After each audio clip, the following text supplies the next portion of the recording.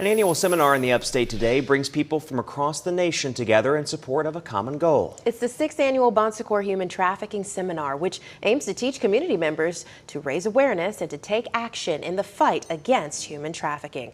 Our Isabel Mark is joining us live from Grace Church with a preview this morning. Isabel. Aaron, Destiny, good morning. Yes, we're out here live at Grace Church right off of Pelham Road, so that's a location where the seminar will take place today. And we have Joe Mazzoui here. He's the VP of Mission. So talk to us a little bit more about why this is so important to have this seminar, especially here in South Carolina. Yeah, thank you.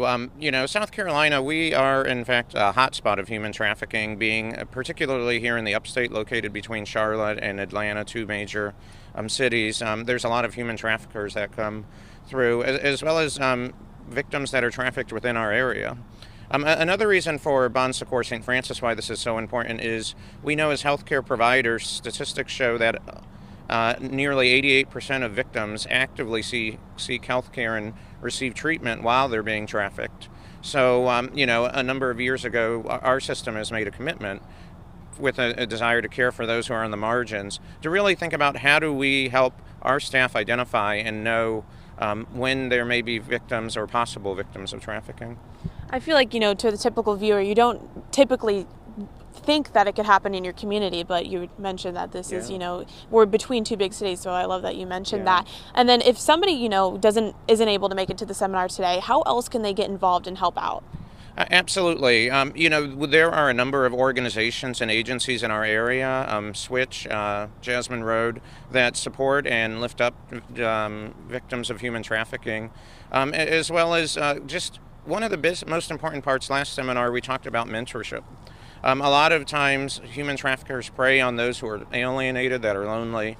And the most, I think, important thing we can do as community members is be aware of what's happening around us, but also build relationships and seek opportunities to mentor young folks who may be in broken homes, that may be in challenging circumstances, so that traffickers can't take advantage of that isolation. And then are there any signs that people can look out for so that they can, start to recognize these types of signs? Yeah.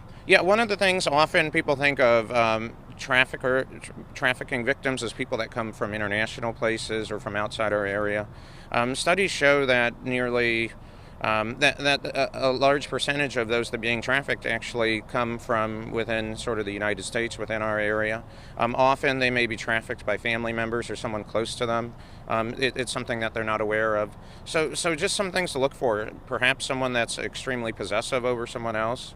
A person who may not be looking you directly in the eyes, just sort of staring elsewhere.